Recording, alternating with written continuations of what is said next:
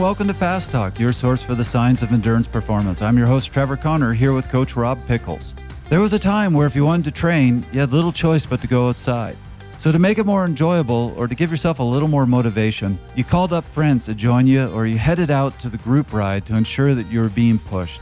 Good coaches inherently understood this and put together rides for their athletes. However, today, with the rise of virtual training, athletes and coaches have a lot more options. If it's too cold to get your friends together, you can find a group ride on Zwift, Ruvi, or another platform. Better yet, using something like Discord, you can ride in a digital world with friends who live hundreds of miles away. Likewise, your coach, who may be on the other side of the country, can interact with you in ways they never could before. The big question is whether these tools are all additive, or if we're losing something moving into the virtual environment. Are cyclists losing important skills if they're riding less in real group rides? Some of my favorite memories and best coach moments were in the studio getting a group of athletes in one space together to train. That has become all but extinct with the new virtual environments. But does that virtual world provide all the same gains? To help us answer these questions, we're talking today with coach and ex-pro cyclist Robbie Ventura. His company Velocity is working to bring the best elements of in-person coaching and group riding into a virtual environment that enhances the experience for both athletes and coaches.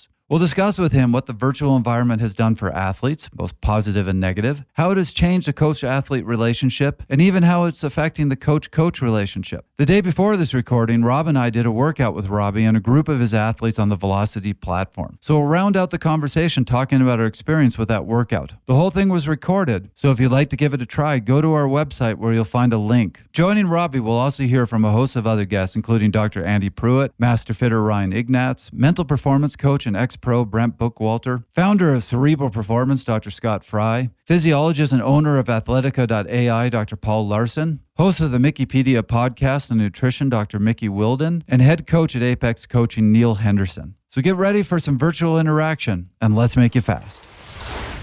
Well, Robbie, welcome to the show. Been looking forward to this episode with you, so this should be a lot of fun. Really excited to be here. Listen to you guys a lot. Super pumped to be on the show. Always wanted to be on the show. Never got the nod. So I'm glad I'm finally getting the call here. You're the next contestant on The Price is Right. Trevor, are you going to get confused? We got a Rob and a Robbie today. So I've already in my head, we have Robbie and we have Rob, and that's how I'm going to do it today. You can just call me Pickles if you want. What did I used to call you? I don't know. Oh, I can't remember. I had a good name for you. You can use words like illustrious if you want. That was it. The illustrious Mr. Pickles. That's what I used to call you, and I don't do that anymore. There you go. Well, you know me better now, and the shine has faded away a little bit.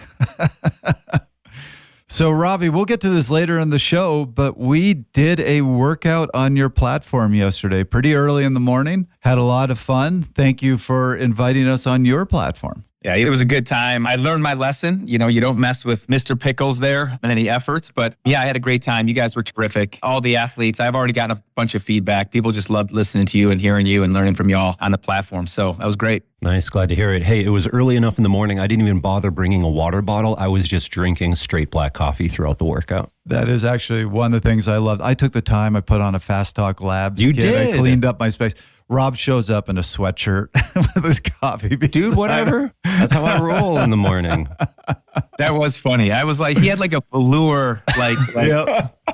shirt on. I Dude, was like, I've never seen that. Your cyclists, Robbie, are hardcore. I roll into the workout 15 minutes early, expecting it to just be the three of us. No. Like the whole group was already there. I was the last person to show up for a workout. Yeah, it's like a group ride. You know, people show up early, you hang out, you talk, you have some fun, and then you get to work. So I know you weren't ready for that, but it's like any group ride. People show up. Some people have the best kits on and look absolutely perfect. Some people like Rob, you know, show up with a velour sweater and helmet on backwards, and you never know. So it's all good. It's not an uncommon thing for me to ride in. One of my favorite, I have Belichicked a sweatshirt. I've cut the sleeves off it. I cut a bigger like V-notch in it. And I like right now, perfect time of year to be riding that. Just so you guys know, you should give it a shot. Trying to cut weight, all that material, right? I actually want to start this episode with a story because there is now a connection between our two businesses. And I'm going to give a quick story of the origins of Fast Talk. So for anybody who doesn't know, I lived in Toronto for a while and I used to coach a club up there called the Morning Glory Cycling Club. And they every morning had trainer workouts. So this is, you'd get up at 4:30 a.m. Everybody would, or maybe 5, about 5:30, we would all show up to the trainer studio at the bike shop that sponsored the club. We had 20 trainers in there all lined up in front of these computers. And we had this software that we'll talk about in a second called Perf Pro that ran all these trainers, and everybody would come in and just do a workout together. And twice a week, I went in and ran the workout. And I will tell you, I tried to do the,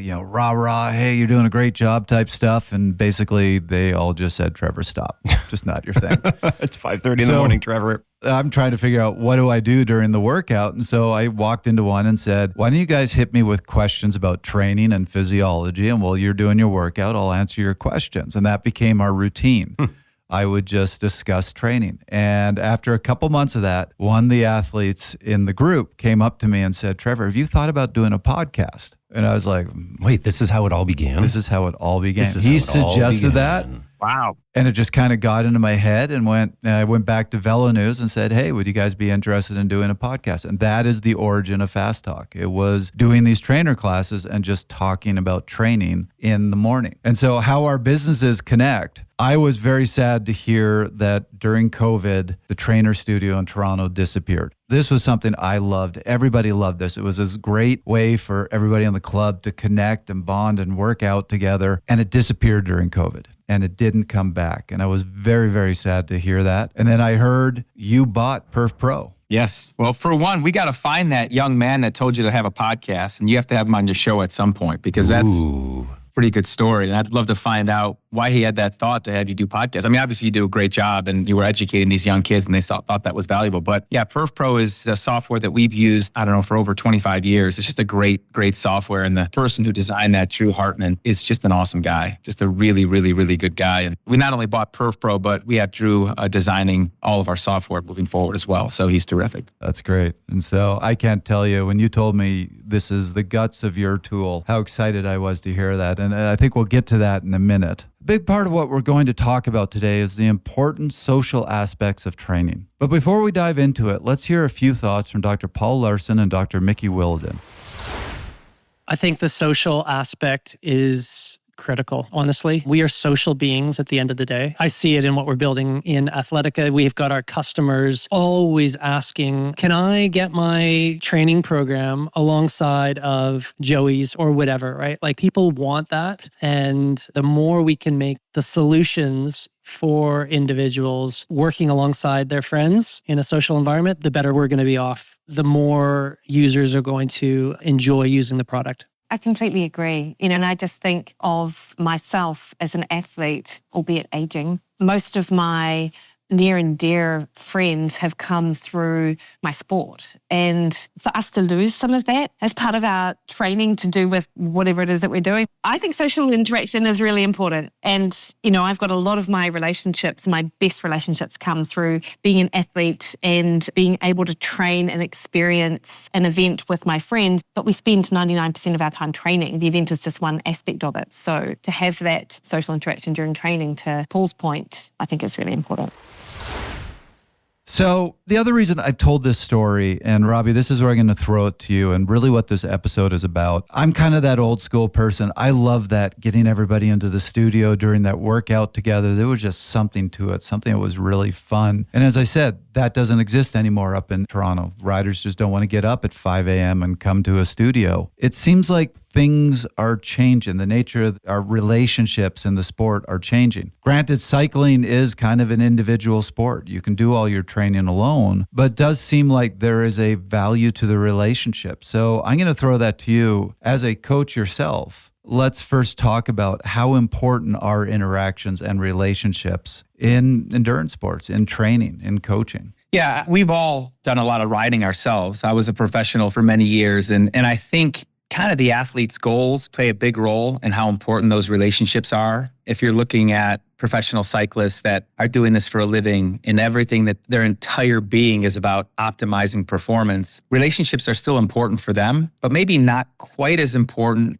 as many of the athletes that a lot of us work with right now, which are casual racers. Some of them are more serious. Some of them don't race at all and just do, big events. Some of them just want to ride for fun. I think based on kind of what your goals are, that relationship component plays a bigger or smaller role, as well as your need for social interaction. I mean, some people don't need much, other people need a lot. So I think at the end of the day, for me personally, I need social interaction. But I also, when I was a professional, loved to kind of hold myself up at a training camp in Arizona and really not talk to many people but my wife, because I can get in such a routine. I don't know if that's necessarily practical for the people or a lot of the people that I coach right now. For me, what I'm noticing is that the more interaction, the more social components that we can provide for our athletes, the stickier that our coaching business becomes, the longer, the higher the retention rates the athletes have with the coaches. And ultimately, I think they stay in the sport and enjoy the sport longer if physical interactions and relationships are part of the mix. But I do see both sides of it, because there's times where I just want to be by myself and ride my bike and not have any distractions and do exactly what I need. And then there's other times where, man, I love being on a group ride and talking to people and catching up. I think that cycling today is almost like when somebody moves to New York and they're surrounded by millions of people and they've never felt more alone.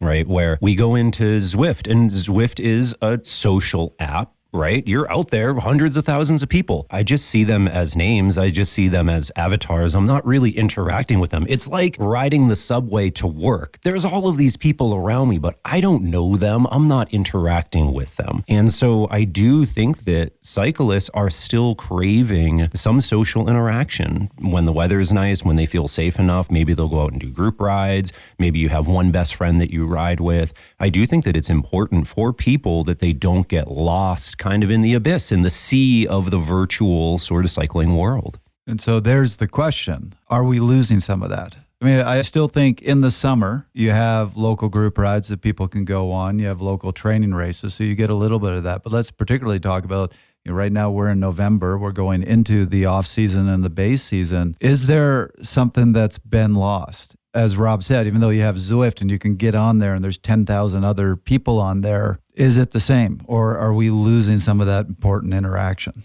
Yeah, for me, Zwift has really proven the fact that, like Rob said, you don't necessarily need to talk to people, but being around people, there's a huge value there when you're riding with a group, right? I mean, you've all been on group rides. You have the guy that talks the entire time. You have the guy that says nothing and just kind of disappears. They're both getting something out of that group ride, right? The guy who just disappears shows up because he likes to be entertained. Maybe he's learning from other people on the group ride. It's part of his routine. But believe it or not, he may be getting just as much as the two people on the front that are talking about the Tour de France the entire time, or the guy that's making fun of everybody. I think everybody has these different social batteries that need to be filled. And I don't know if I would love cycling if I didn't have both. One of my favorite things is being out on the trail by myself and letting my mind just go and just not having anyone. I literally wear an all black kit. I don't want anybody to recognize me. I just want to go and do my own thing. My brain just really calms down. But I also need, like I said, these incredible group rides where I can just have so much fun. I can challenge myself. I can be motivated. I can learn from other people. Like, you have to have both, in my opinion, if you want to be successful in cycling. Some people need more of one or the other, but they're both necessary. And I think Zwift, in my opinion, has really proven out that there's all these different levels of interaction. I mean, I don't know how many people are on there, 500,000, 1 million people use Zwift. That's the only reason why they're on Zwift, in my opinion, is because they can be around other people, even if they don't have to talk to them. No, that's interesting. So let's talk about the athlete a little bit more. And I'm interested in, are there things that they gain from environments like Zwift, and are there things that they lose? An example I'm going to give, I was talking with another cyclist a couple months ago, and there's this monthly group ride in Boulder that everybody used to go to. And we were talking about that group ride, and he just said, no, I don't go to that anymore. And I asked him why, and he goes, well, it's dangerous. You can have crashes. I'd rather just ride on Zwift because you don't crash on Zwift. So it was an interesting response, but it still made me think about the question I'm going to ask you is, with these environments like Zwift, where they can get a bit of that group ride and get a bit of that feel, are there things that they gain that we didn't have before? And are there things that they're losing by doing that versus going to that monthly in-person ride? Yeah, I think Zwift, exactly what you said, has its pros and cons. I think ultimately that's a crazy thing. It's safer to ride indoors. I totally get that. And I also think that being outdoors, you can learn so much about how to be safe on a group ride, right? Like I always encourage people to go on group rides. And if you know how to ride your bicycle yourself and you have good skills, you can create a safe environment no matter who you're with or where you're at. I really, truly believe that. Maybe it's more of an advanced thought or ideology. I think that ultimately you're in charge of your safety. You can be around a bunch of people that are crazy. If you know how to position yourself right, get in front of them, have an out, whatever, you can always keep yourself safe. So I would encourage him to find a different group ride that he feels a little bit safer on rather than just abandon it altogether and ride indoors. But, I think being outside, it's way more than just, being with other people too. I mean, it's the number one way to enjoy the world, in my opinion, is to ride outside, to see and smell and enjoy all the things that this beautiful earth has to offer. And to me, Zwift can make all the stuff they want, which is good eye candy ultimately. And if the weather's terrible and for whatever reason you can't ride outside, I think it's a great alternative. But if I had my choice, no matter what, I would be outside 100%. But I can also understand his point of view around safety. I've never actually thought about it as a safety issue, but now that you mention it, if people are nervous and they want to get a great workout and they want to be around others, I can see Zwift as an alternative. None of us will deny the value of being outside, but it's still something that every rider has a different opinion about. Let's hear from Dr. Andy Pruitt and Ryan Ignatz, who show a few of the different opinions. For me, it's generational in that I like group rides. I like my buddies. But even if it's a ball-busting group ride, there's going to be some interesting conversation that's going to have occurred somewhere in that day. So for me to be virtual, as a matter of fact, during COVID, we did our spin docs class virtual, and we weren't all side by side, and it lacked something significant for me. Now, I used to have patients that would come down from way North Canada that always rode indoors all winter, right? And that would be a community for them. That would work for them. They have no alternative. Me, I'm still going to rely on being able to hear my buddy groan next to me. Fair enough. Any thoughts on this, Ryan? Yeah, I would say, if you can do anything in person, that's always the best. There's a level of consciousness and closeness and being seen and maybe joking in different ways that there's no way around it. In person will be the best. But as an opportunity to do something very similar, even if it is virtual, sometimes you can get lost and immersed in that virtual experience that will give you something similar. And especially if you're in a colder climate, then that might be your best option. You might not have a facility close by. So I do feel like it's a powerful way to train together. Robbie, you brought up something that I think is really important, and that was the learning aspect. For this individual, hey, the group ride might not feel safe initially, but we can go out, we can learn how to do better. And I see this learning being really essential to any sort of group activity, right? I'm primarily a mountain biker. Based on my schedule, I tend to ride alone. I can go out and crush what I think is a descent as fast as I could possibly do it. And then I ride with somebody else and they do it faster. And it unlocks in me like, wait a second, you can actually go faster. And if I gap over this rock here, then I'll be able to carry more speed. And suddenly I'm now a better rider because I've been shown this. And I work with a lot of junior athletes, and it's amazing to watch. One kid will do something and the next kid does it twice as good. And then the kid after that does it twice as good as even he does. And that's why I think we're seeing such amazing progression, especially on the skills side of things, but also on the purely physiological side of things, that being in a group with other people teaches you how to do things better, and it shows you what a boundary might be that isn't a self-imposed boundary that we've put on ourselves. So that's kind of somewhere I was going to go too, because I want to give my answer to this question. I'm on Zwift a lot. I enjoy the group rides, but here's what I think you lose in that virtual environment, which is every time I'm on a Zwift ride, there's some people at the front who are cheating on their weight. They're putting their weight in 40 pounds lower. This is just what you're convincing yourself of, Trevor, because you're not on the front. And maybe that's part of the problem. Maybe that's part of it. But basically, the group ride is set by the tone of the people that can just put out the biggest watts per kilogram. And that's really what the ride comes down to. Where would I remember in my early days of training, I would go to the group rides And there was always those older, experienced riders who seemed to know everything. Mm-hmm. And even if you were just sitting there and being quiet, eventually they would talk with you and they would start teaching you things. They would let you know when you're doing something wrong in the group ride, hopefully in a nice way, but they would show you the right way to ride in the group. They would start teaching you strategy. They would talk to you about training and teach you those things. You don't get any of that on Zwift. The tone of the ride is set by often a very different group in Zwift. And Robbie, you've been doing this as long as I've been doing this. So I'm sure you've had that experience too. Yeah. I've been coaching for a long time and I've seen it myself. I mean, group rides that we've had for Vision Quest, exactly what you both said. More of the learning happens between athlete to athlete than actually coach to athlete, because athletes see other athletes, even for how they ride on their bicycle, how they take a corner, like Rob talked about, or how they attack or how they bridge across. And there's just so much learning between athletes that I think is really important. It's, in my opinion, as important as the coach to athlete learning process, but also there's a bond that forms, especially if you go hard with a group and a group of people. To me, suffering with other people connects you closely with those people. Part of the reason why when we had Postal Service training camp, we would do some big epic rides as an entire group. And I think when you go through some challenging situations, a stage race, a big training camp, there's a commonality, there's a respect that's brought to everybody on that ride that also kind of connects people. And we need connections as people. I mean, I know that more now than ever. And I think it's not only the skills, it's also the consistency.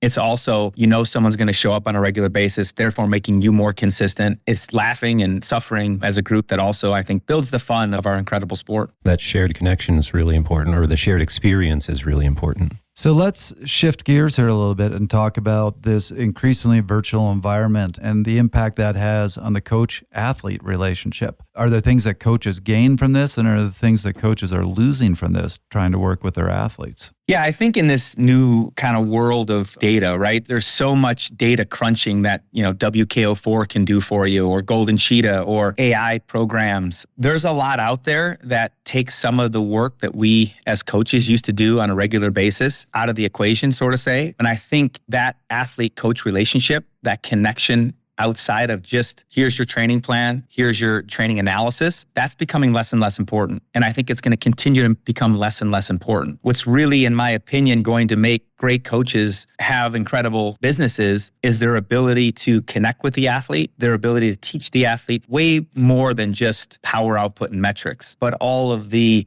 elements that are outside of gaining power output, inspiring the athlete to some degree, teaching the athlete why and how they're doing things, optimizing different types of elements of speed outside of just power output. That to me is going to become the currency for coaching, the experience that the athlete has outside of just the training plan. And that's a good thing, right? Because coaches will have more time to do that if they can use other tools to help them analyze. So how are tools like Zwift, how are tools like these different virtual environments, how are they helping with that? Yeah, I mean, Zoom, for example, is a great tool, right? I mean, during the pandemic, we all got familiar with Zoom. We all got familiar with actually seeing athletes. I think there's some statistics around local athletes versus remote athletes and how long they stay with their coaches. I think it's a significant difference, right? If you see your athlete on a regular basis, like at a group ride or a training, like that place in Toronto that you used to see your athletes, all of them would show up on a regular basis because they would stay with you for a long time because you actually get to interact with them and see them. Virtual athletes and remote athletes, I think the retention rates are significantly less. So a big part of these things like Zwift or Ruby or any other avatar-based program where you can actually see your athlete or get on a ride with your athlete helps build some of those connections that you don't have if they're not a local athlete. So to me,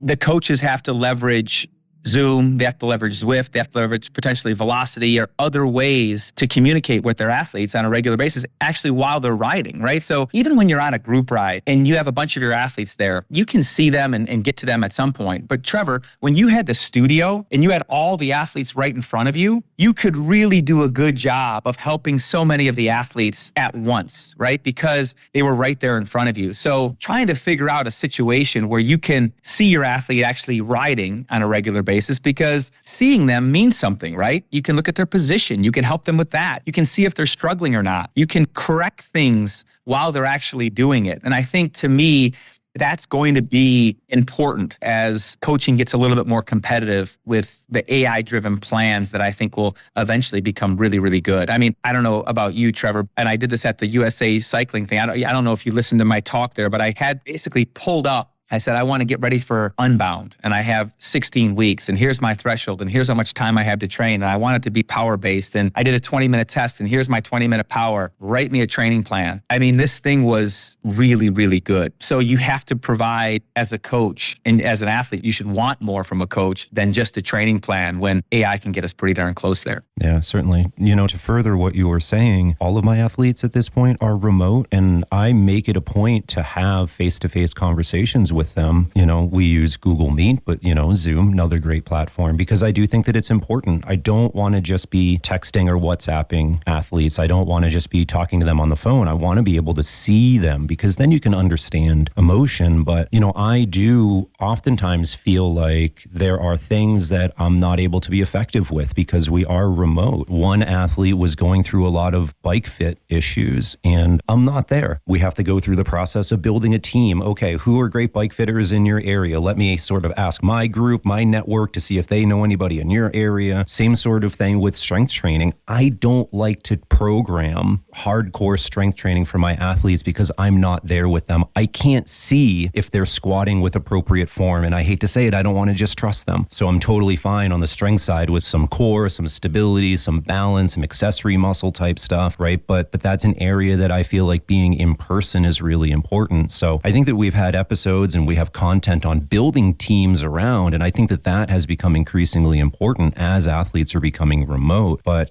as a remote coach, it is important, in my opinion, that we have this face-to-face time with people. Yeah, no, I agree 100% with both of you. And we've talked about this on the show. I mean, in my own coaching career, when I started, I thought the training plan was everything. And I would just labor over every single workout and every single day, and have evolved to a point that we've all talked about, and Grant's talked about this as well, is the training plan is 10%. It's the interactions with the athletes. And Robbie, I agree with you. I have always said I can learn more about one of my athletes in a single ride where I'm riding with them than from a month's worth of data. And I'll give an example of this. I had an athlete I was working with who was struggling in races. He was getting popped on the climbs, and he kept asking me, what's going on? What's going on? What's going on? And I would look at the data, and I just couldn't see anything in the data. I could see no reason he was getting popped. It was all fine. And this is an example. So he was in DC. I was in Colorado. So I couldn't just go and hop in a local training race with him. I mean, if you really cared about him, Trevor, you would have found a way. Could have, probably.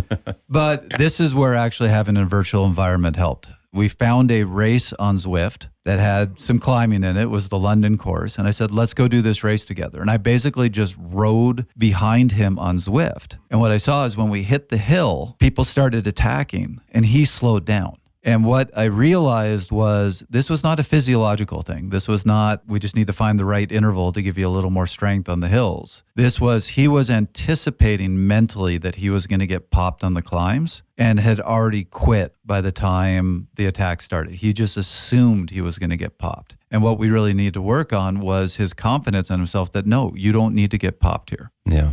I will say, listening to your story, one super interesting way of using that platform, but it highlights something that I think platforms like Zwift are missing, and that is a way to communicate over voice, either with the entire group or at the very least with a one other individual that you can maybe create a group, right? You two could have linked each other. Now there are ways to do it. You could have been on the phone together. You could have opened up a Discord chat, but that stuff's all a pain in the butt. How much nicer would it be if you could have actually communicated with that athlete sort of real time through the app? I think it would have been really powerful. Trevor, I thought you were going to say that he'd get to the base of the climb in like last place, and he would have to feather himself through the entire peloton at like 10% higher than everybody else. Because I've seen athletes that have incredible power. They're doing the same power as the leaders, but they start the climb so far back that like they have to do 10% more because they're keep clipping over other guys. So I was waiting for the punchline to be positioned, but it wasn't. It was mental. Interesting. But you're right. There's so many different things to see. I mean, the other thing I know you've seen a bunch of times is the people that get to the bottom of a 20-minute climb and attack on the bottom. And, there's this expression in cycling of you only lose the race on the first part of the climb. Mm-hmm. You never win it there. And that, to me, the stuff that we're talking about right now is good coaching, right? Is really the stuff that, to me, are going to separate I feel there's going to be a massive change in coaching over the next 5 or 6 years. It's going to really come down to, like you said, not a person who can write a great detailed plan, right? That the athlete kind of follows or kind of doesn't, but more so the coaches with experience that have stories like the one you just told, that have a lot more in regards to getting people to outperform their power output than to actually develop power output. Like to me, a great coach's athletes way outperform their power to weight ratio and their overall power. They get more out of themselves than their output. And that comes down to this massive X factor. And the X factor components, only coaches with experience and a lot of understanding about our sport, because it is complicated at the higher levels, I think that to me is going to become hugely, hugely important. So I think, yeah, a way to express that, a way to communicate that through virtual, through, like you said, like, Rob does this weekly call with his athletes, but maybe even, Rob, a one-to-many call, right? So you have a Zoom call with all of your athletes. Therefore, not only are you explaining things to one, but you're explaining them to all. And then they're all feeling like they're part of something bigger than just you and them, right? So to me, if you have other people in Rob Pickles' world that you feel part of, you're much less likely to leave that group, and you're also much more likely to learn from them as well. So figuring out a way to get to more of them and to put them together might also be kind of a good idea at some point. I've heard coaches doing lunch and learns and all kinds of stuff like that. All of our listeners right now are part of Rob's big, lovely group. So thank you. Thank you all for being there. Let's pause for a moment and hear from Brent Bookwalter and Dr. Scott Fry about what they think this technology can offer. Yeah, I'm excited about that potential. Personally, myself, I was never a fan of riding inside in any medium. Like I grew up in Michigan and I had a trainer when I was starting to get more serious about training and had to ride inside in the winters a little bit, but I never enjoyed it. I never felt like I was productive. I would rather be outside in ski pants and goggles with studded tires, actually feeling the air in my face and feeling the bike get thrown around underneath me. But I will say that the modern revolutions in technology and the more realistic, lively road feel that some of the new technology has allowed is made it more enjoyable. And if you could add that social component and community components in a realistic or semi-realistic way, I'd be way more excited to ride inside, but I'd still probably take a run up a mountain outside in the cold rain as opposed to a ride on the trainer any day. I've used Zwift with a runner that I have to do some structured workouts where I could really start to manipulate some of the psychological variables, like giving intervals, and he wouldn't be sure how long they were going to last. And it's been really helpful because we were able to tether ourselves to one another and kind of execute things that would be akin to motor pacing, I guess. And I think there's real value in that. Yeah, I would even say on that note, like as I consider my future and possibilities with more mental performance coaching and training and supporting athletes, I love the idea of being there with them, next to them. And I know, Grant, you're a big advocate and fan of this, actually being on the bike, on the course, next to the pool, having that interaction. So, as I consider the power to educate and implement strategies with athletes, if and when the technology does get to that level where you can be there with them, see their face, provide them encouragement, monitor data and metrics like Dr. Frey was saying, and even in some cases manipulate that. That's the most exciting thing to come out of the indoor riding revolution for sure. Hi, coaches. This is Susie Sanchez.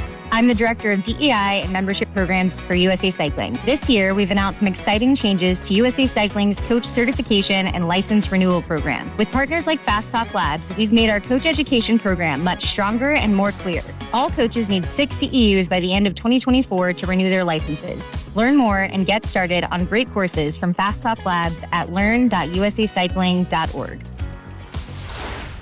So what I'm finding interesting about this conversation is we started with what is this increasingly virtual environment doing to athletes? And I think we kind of saw pros and cons to it. It's convenient, it's safer, it can be enjoyable, but you lose some of the interaction. You might lose that ability to interact with that experienced local rider who's really the one that teaches everybody else. You learn some of the skills part. So it seems like it's kind of a 50-50 proposition when you're looking at it for the athlete. But we've just been talking about it now in the coaching realm, so the coach-athlete relationship. And it seems like this virtual environment is actually offering a whole lot of tools and benefits that can move the coach from just being a training plan builder to the really valuable parts of coaching. that interaction, seeing the athlete, all those things that you just can't see in numbers. So would love to continue this conversation of, what are other ways, what are other tools that the coaches can get out of this to really help them be better coaches for their athletes? I kind of want to use this. Maybe this statement I'm going to make is a good segue into your topic here, Trevor. But, we were on the Velocity platform yesterday morning, as we mentioned before, with Robbie. And I want to bring up the importance of coach-coach interactions, right? We've talked about athlete-athlete. We've talked about coach-athlete. But coach-coach is really important too. And, we were talking about the workout. You had written the workout for yesterday. You were explaining why you did the way that you did. And I brought up a variation that I like to do. And Robbie's like, hey, I want to steal that from you. And my response was like, yeah, man, it's not stealing. Like, go for it. Like, this is how we learn. I take stuff from Trevor. Robbie, I'm going to steal stuff from you. This is how we all make ourselves better. And, for me, it's, coaches can silo themselves. Right? From a place of fear. Sometimes I think that like, oh God, I can't talk about what I do because they're either going to steal it or they're going to think I'm a fraud or whatever else, man. Like, no, who cares? Like, share that information, go out and learn, let's have these conversations with people because it's not just about that particular workout, right? That you've written, it's something that I love about Trevor, the platform that you've made with Fast Talk, right? Is that, we have a lot of coaches on this show, core group, me, you, Grant. I mean, I learned so much from you guys, but also bringing on people like Robbie, who has way more experience, both as a professional athlete and as a coach. I'm constantly learning. I'm hoping that I'm teaching. It's this back and forth flowing of information. And I just want to highlight that coach-coach interaction. Don't silo yourself. Don't just read fasttalklabs.com to get your information, but also go out and share that information with people and see what they have to share with you.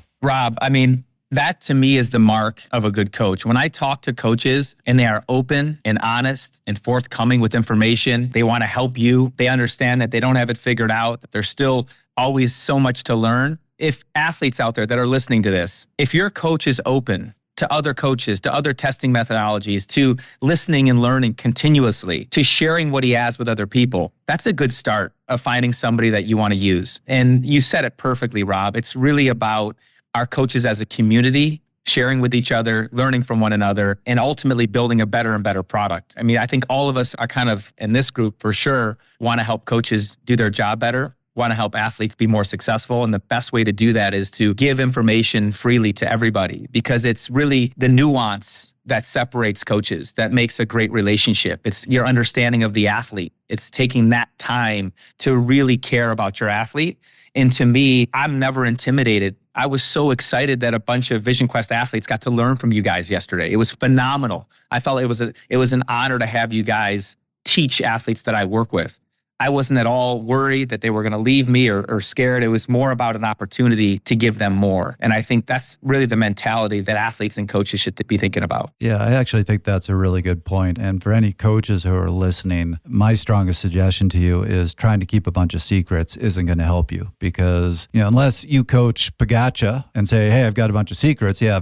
A whole lot of people are going to try to hire you to coach them, but you're probably not going to have time for them because you're spending all your time with Pogacar. But for most of us, if you have a bunch of secrets, athletes don't really know who you are. They don't know if you're a good fit for them. They're not going to hire you. I can tell you, when I was doing that Perf Pro class, I got a lot of athletes out of it, and I was sharing everything. Mm-hmm. And they were just going, I like the way you think. That seems to fit with the way I want to train. And they'd come and say, please coach me. Likewise, Fast Talk, as you point out, I don't have a secret left. I've shared everything on the show. And I don't have athletes now going, oh, well, he's told me everything, so screw him. I'm not going to hire him. I have more athletes reaching out to be coached, not less, because of the show. We're taking this in a slightly different direction, but I do want to share this to show the lengths that you can go, right? Where, Robbie, I think what you're really bringing up is an athlete-centric view of coaching, not a coach-centric view. People that have a coach-centric view of coaching, it's all about the coach. The coach knows the best. The coach has all the information. I don't want to share my information with you, Trevor, because I'm the coach and I'm the most important. Versus an athlete-centric, where it's not about me, it's not about you, it's about the athlete. And I want to learn from you so I can help my athlete better. And I mentioned before that athlete, is having a lot of sort of bike fit and some musculoskeletal issues. I've gone to the point to say, like, hey, we're in the off season, right now, I don't know that what I can provide you is exactly what you need to move forward as an athlete. We can retool our relationship a little bit to open up some resources for you to explore this area because that's really what you need. And I can't help you with that right now. And then once you get that figured out, maybe we relook at our relationship again. We pick back up some more because again, it's all about that athlete and letting other experts come in and do what they do best without fear of being like, oh my God, this source of revenue is about to leave me. Like, no. Like, let that sort of bird fly away and, let it come back or whatever else. Just to highlight a story, we've been doing, Sebastian Weber's inside testing at Vision Quest at our lab for 12, 13 years now. And we have several coaches. We have great relationships with a lot of coaches in the area that send their athletes in for testing. And so much so that I'll give recommendations based on their metabolic profile of things I think they should work on. And I work with the coach to help not only educate the coach, but talk about some of the things I've been seeing in that data. So it can really work nicely. I think coaches can really do a good job of supporting other coaches. I mean, like you said, there's certain coaches that are better at certain things. Like I had an athlete recently just call me and say, hey, I'm doing this ultra distance cycling event. And I said to him, I could help you with some metabolic testing, but there's other coaches in this area that really specialize in that area that I'm going to direct you towards, just because I believe it's the best for the athlete, that athlete-centric view. So I think it's great. I think if more coaches felt this way, there'd be more coached athletes, and I think the athlete would get a better product. Anyway, Trevor, we went in a totally different direction than you were trying to go. So let's get this train back on the rails. That was a good conversation. No, actually, Rob, I was glad we went down that road because that does segue really well into kind of the conversation I admit we've been avoiding a bit because I know that we wanted to get here later in the show, which is velocity. And so, Robbie, I'm going to start with a very quick story here of a couple weeks ago, I was in Bentonville. You were there as well. USAC was doing their level 2 and level 1 upgrades for coaches. And you have this tool, Velocity, that you've built, as you said, you're really trying to help coaches. You're trying to give tools that coaches can use to work with their athletes. And it has become such a valuable tool for coaches that in this 2-day course to upgrade coaches to the highest levels for USA Cycling, you gave a presentation about the tool as something that they can use to help their athletes. So that really had an impact on me to see that USA Cycling is going, this is a great tool for coaches. So definitely want to talk about our workout yesterday because that was a ton of fun. But tell us a little bit about your tool and what the motivation behind this was. Velocity was kind of born through COVID to some degree. You said it earlier about your group in Toronto using PerfPro. Our company was one of the first groups, Vision Quest, many, many years ago. I think we started in 98. We started doing those CompuTrainer group rider sessions. And it really, to me, was a huge component of why we grew and why our company is still around today, because of the community that these group rides and these group indoor sessions produced. I mean, we live in Chicago. We have a crazy winter.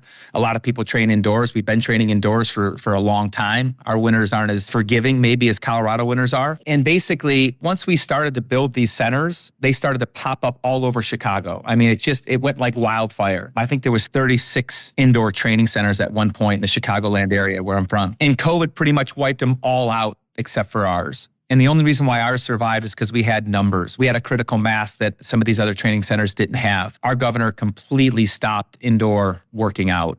We didn't have any option at that point. They literally put signs on our door, no one can come in. So I started doing Zoom classes to try to, keep our business around. And at some point, we had like 70 or 80 people on these Zoom classes. We had to actually get a bigger account to handle more people. And not only, this was the cool part about it, not only did we get the local people that were coming to the facilities, but all the remote athletes that Vision Quest coaches were also able to come to these things. And it was because of those remote athletes that were like, holy cow, I finally get to be in the facility like all the other VQers, that some guy was like, hey, you should try to figure this out. So we got Drew Hartman from PerfPro. We got another guy, Nick Sigel, from this company up in Canada called Power Watts or CPX. And we got them together to really produce something that took all of my 20 some years of experience riding indoors and put together something that I feel can really give coaches the opportunity to have these training centers without paying any money for brick and mortar, without having to buy trainers for everybody, without having to have a scheduling system, without having to have bathrooms and provide all these other logistics, even parking for people that live in the city. Now you can create this studio-based environment at any time, with anyone for zero overhead, just your laptop. And that's all you really need. So we built the product, and I really, in my opinion, I've been talking about this today a little bit. It helps coaches to do a few things. One, it really helps them teach athletes to really coach athletes while they're actually doing a workout. We talked about how difficult that is, even if you're on a group ride, to be able to coach more than one athlete.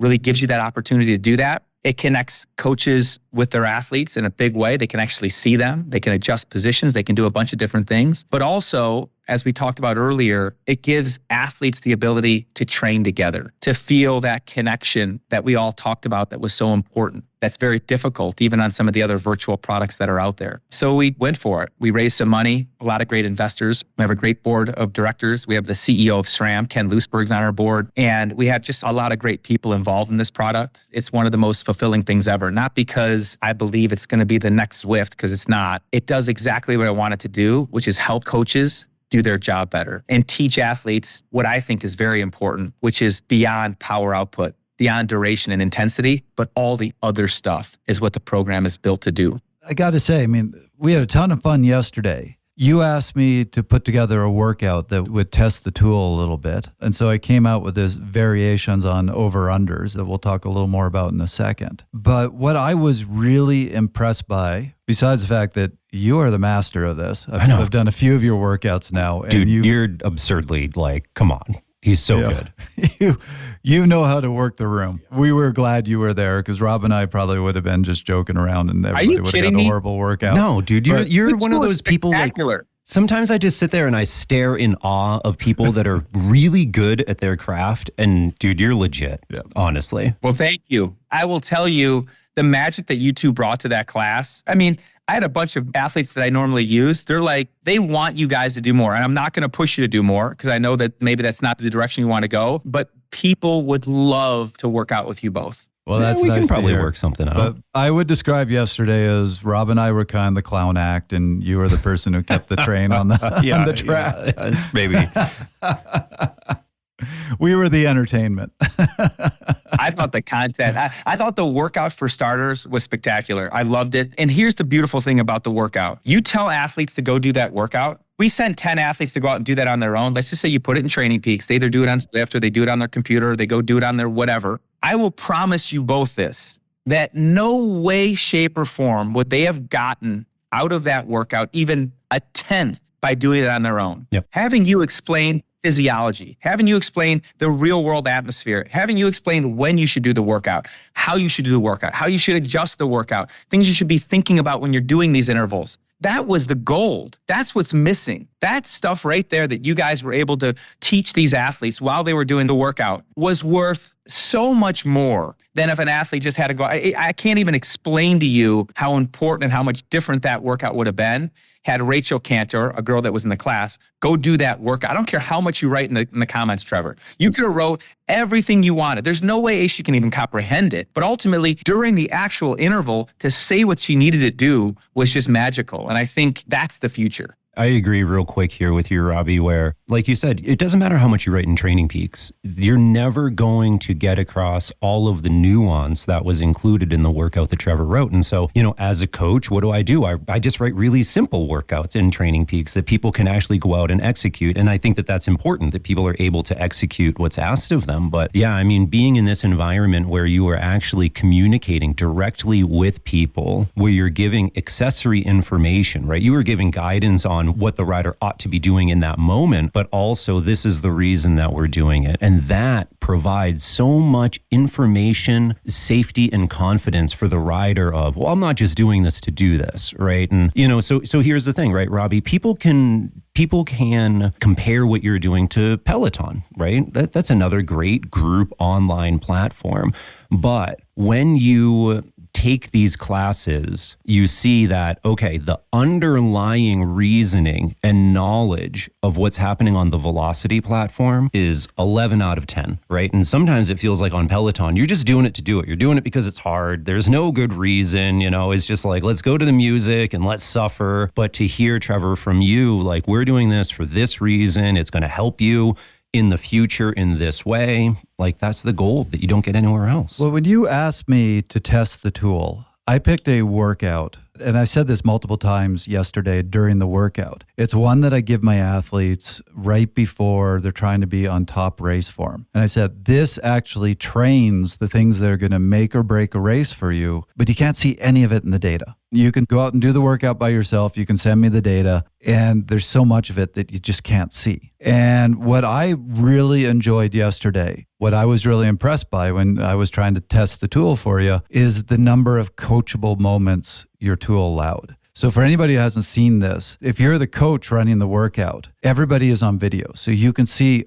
everybody doing their workout. Caveat to that, the people that choose to be on video are on video. You don't have to be on video if you don't want to be. But it's a great tool that Robbie can sit there and watch and see, who's struggling, and he can motivate them. He can encourage them. We're saying Robbie's the master because there were 30 people there, and different points Robbie was talking to each of them and giving them encouragement and helping them out. But there's also a ton of other things that you've built into this tool that we could use. So let's give you an example. The workout that we built, it's a simulated kind of race finish where you're on a hilly race, and it's basically the last 3 climbs of the race. So the first climb is kind of steady, just sub-threshold. The second climb, you're going to start having people surging, trying to get away. So it's an over-under workout where you have to go a little over threshold for 2 minutes or a minute, and then you drop down to just below threshold again for a few minutes. And the idea is you have to respond to those surges, but then you can't rest. You're still on that climb. You're still racing. And then the last climb just has a series of 10-second all-out efforts with 50 seconds, again, just sub-threshold. And it's finding that, how hard can I attack? How hard can I respond to an attack? But then continue to go back to threshold. Because if this is a race and you go so hard that you blow up and you're still 5 minutes from the finish, you're done. Race is over. So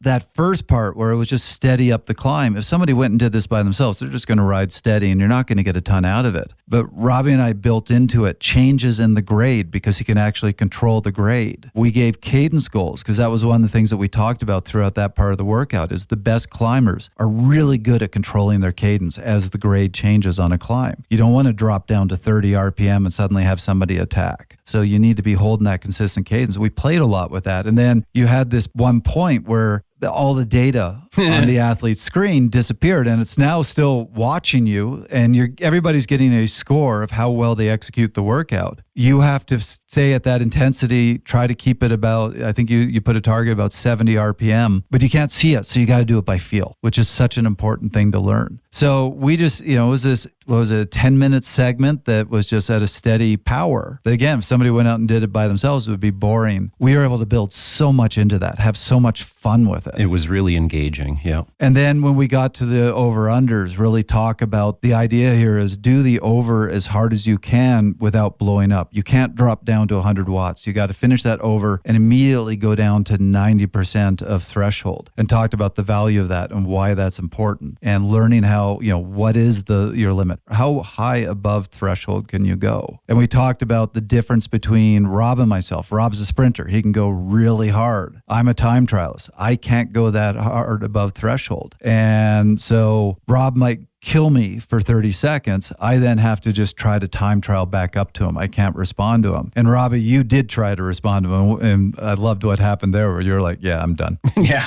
Robbie's like, Trevor, what happens when you fail this workout? How do I adjust my workout right now on the fly? But that was that was what I was going to say. Like Trevor, people fail during workouts, right? Trevor really made it. What I really liked about yesterday's ride, because I was learning as well, which is I just love to learn, is I said, Trevor, Rob blew me up on that last acceleration. Should I take the rest of the workout off? He's like, you know what? You're supposed to fail in this last set. Part of the goal here is to repeat this workout and see if you can get a little bit further at those same or higher intensities.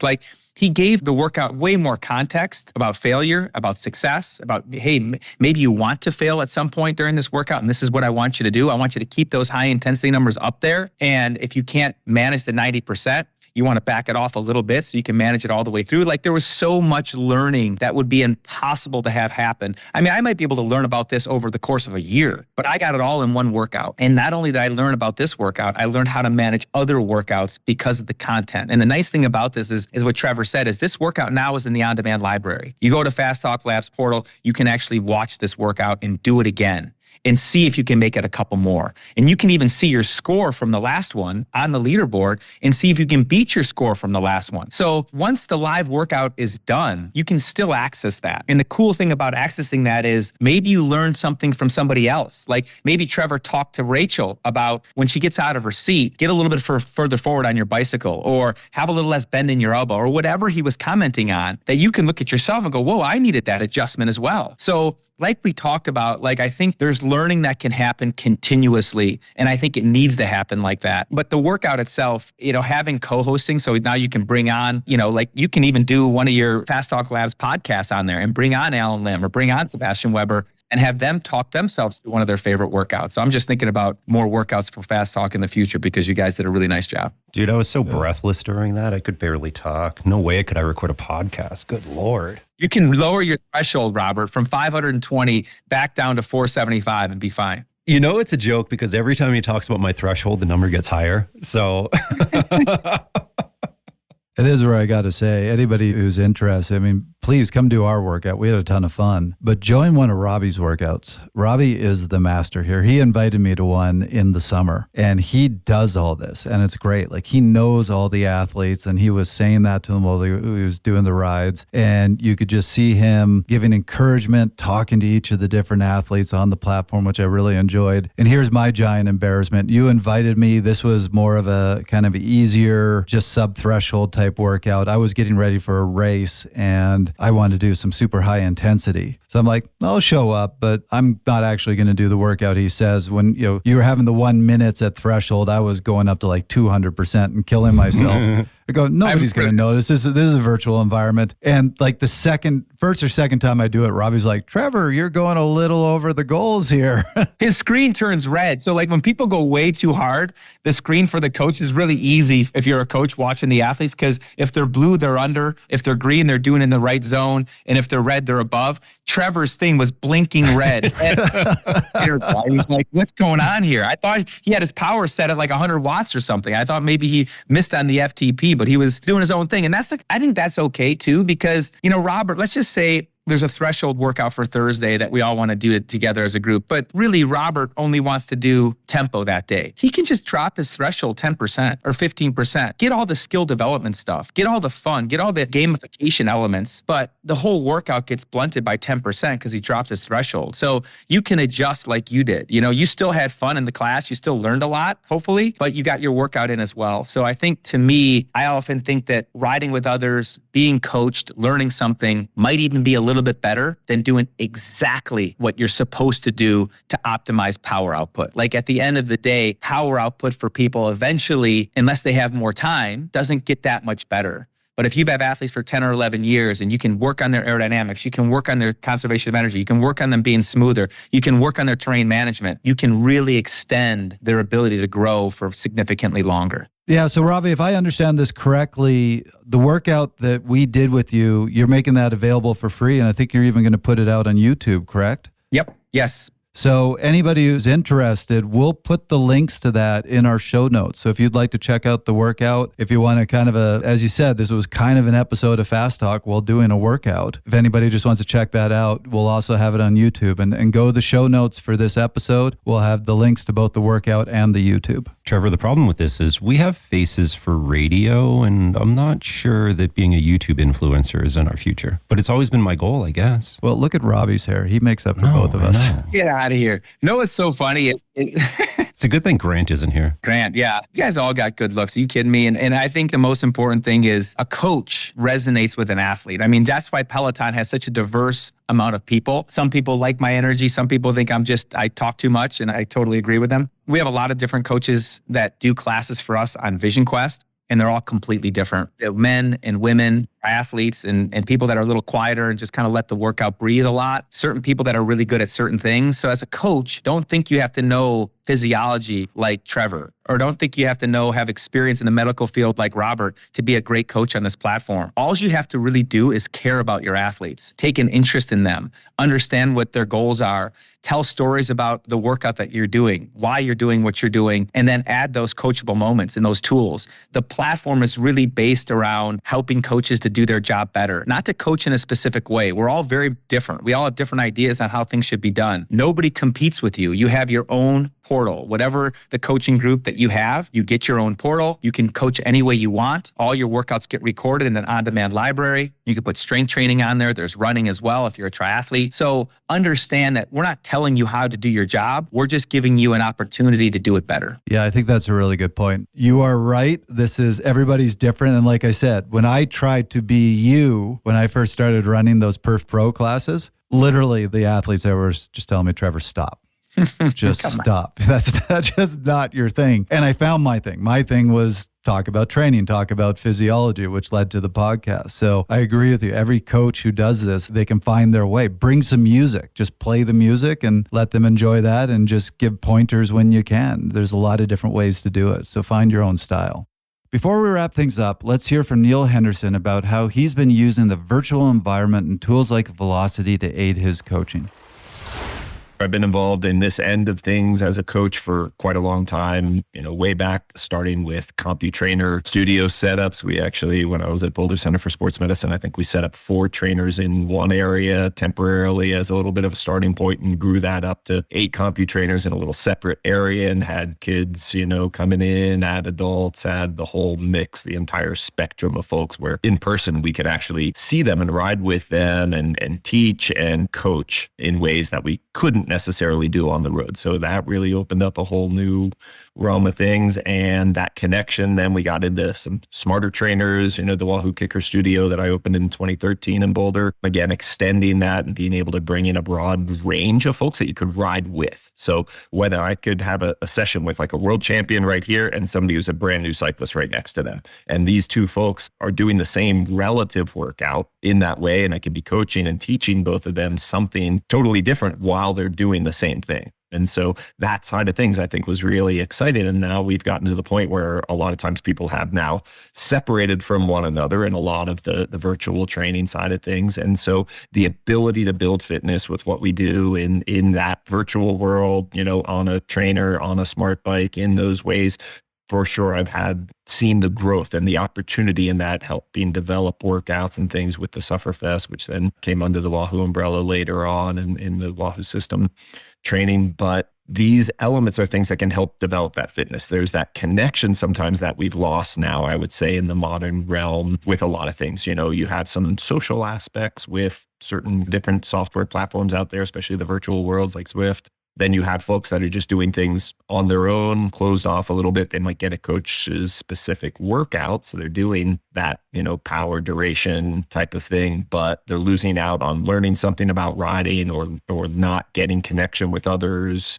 And so I think there's pluses and minuses on both sides. We can use these tools to develop incredible capacity to ride and be able to produce power output, but we lose out on actually developing riding skills a lot of cases, especially folks that are kind of stuck in erg mode all the time and just turn their brain off and just pedal and wail and make watts. And so there's, again, pluses and minuses on that side. And then that connection with others. Again, sometimes people are just doing all on their own, even in those virtual platforms without any connection with others. And then others are almost using it exclusively as a social platform and not doing any real specific work. They just jump on Zwift and they go ride whatever their friends are on or some other folks are doing, and they just follow along. So each of these different aspects have, I'd say some value, and you just have to look at what your purpose is in a given training session. The Velocity platform has kind of opened up a bit of reconnecting with folks that we coach. And so again, we can have specific workouts, things like that again, we can build that capacity. But one of the things we are definitely pushing with those sessions is not using erg mode.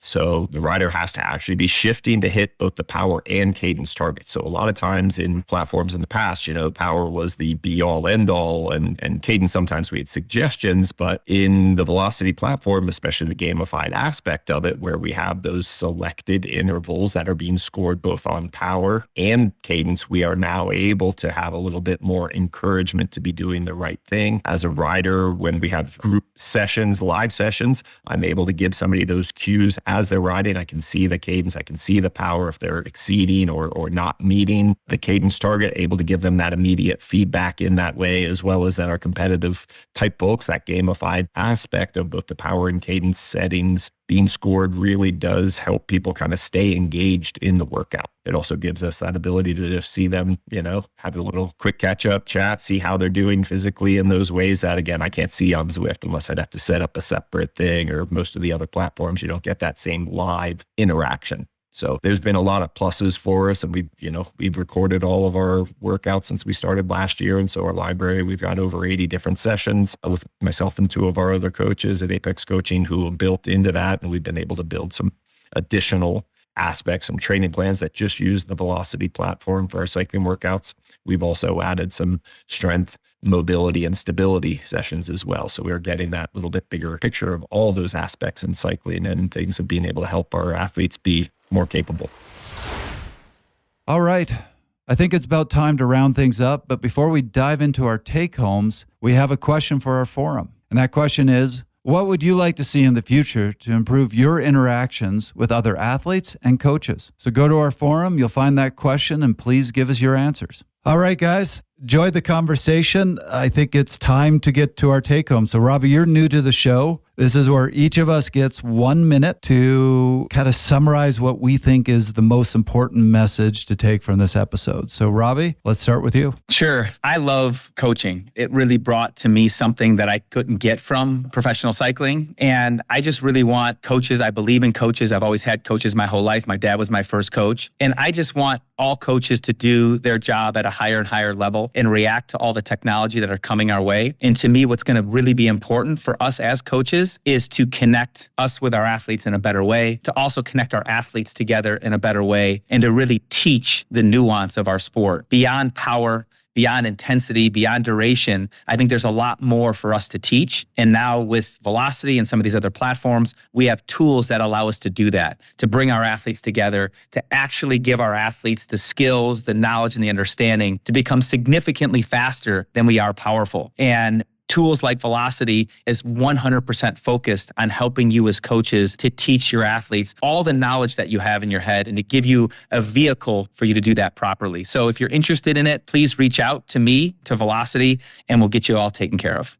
Rob? Yeah, Trevor, I think that we're in a world that is increasingly alone. Order food through an app. You don't have to call and talk to anybody anymore. We're living in a virtual world like Zwift where we're riding with other people, but are we really riding with other people? And I think that no matter who you are, whether you're an athlete, whether you're a coach, whether you're a content creator, there is so much information in the world that is best learned and shared with face-to-face interaction. And, we ended talking about Velocity, but this show isn't about velocity, so to say, but apps and platforms like that are great ways for people to be able to interact with other individuals across the world, across the globe, right? And share this information. And I think that that is hugely important for our learning and for our improvement as both athletes and people. So I encourage everyone, don't silo yourself, get out there and learn and have some fun with some other individuals. Yeah, so I think both of you touched on some really interesting take-homes. So I guess mine is going to be, we're looking at this increasingly virtual environment.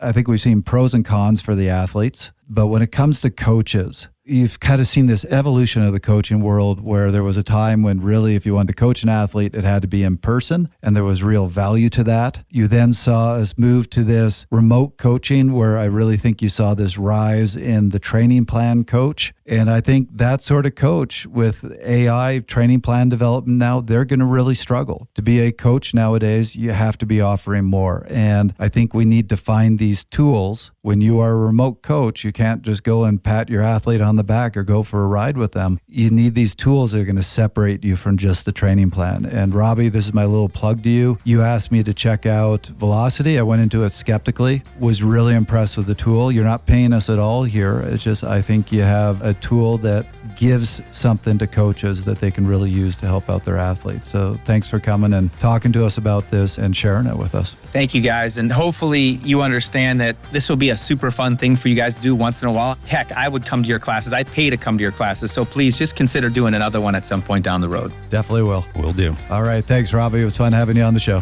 Thank you. That was another episode of Fast Talk. The thoughts and opinions expressed on Fast Talk are those of the individual. Subscribe to Fast Talk wherever you prefer to find your favorite podcast. Be sure to leave us a rating and a review. As always, we love your feedback. Tweet us at Fast Talk Labs. Join the conversation at forums.fasttalklabs.com or learn from our experts at fasttalklabs.com. For Robbie Ventura, Dr. Andy Pruitt, Ryan Ignatz, Brent Bookwalter, Dr. Scott Fry, Dr. Paul Larson, Dr. Mickey Wilden, and Rob Pickles, I'm Trevor Connor. Thanks for listening.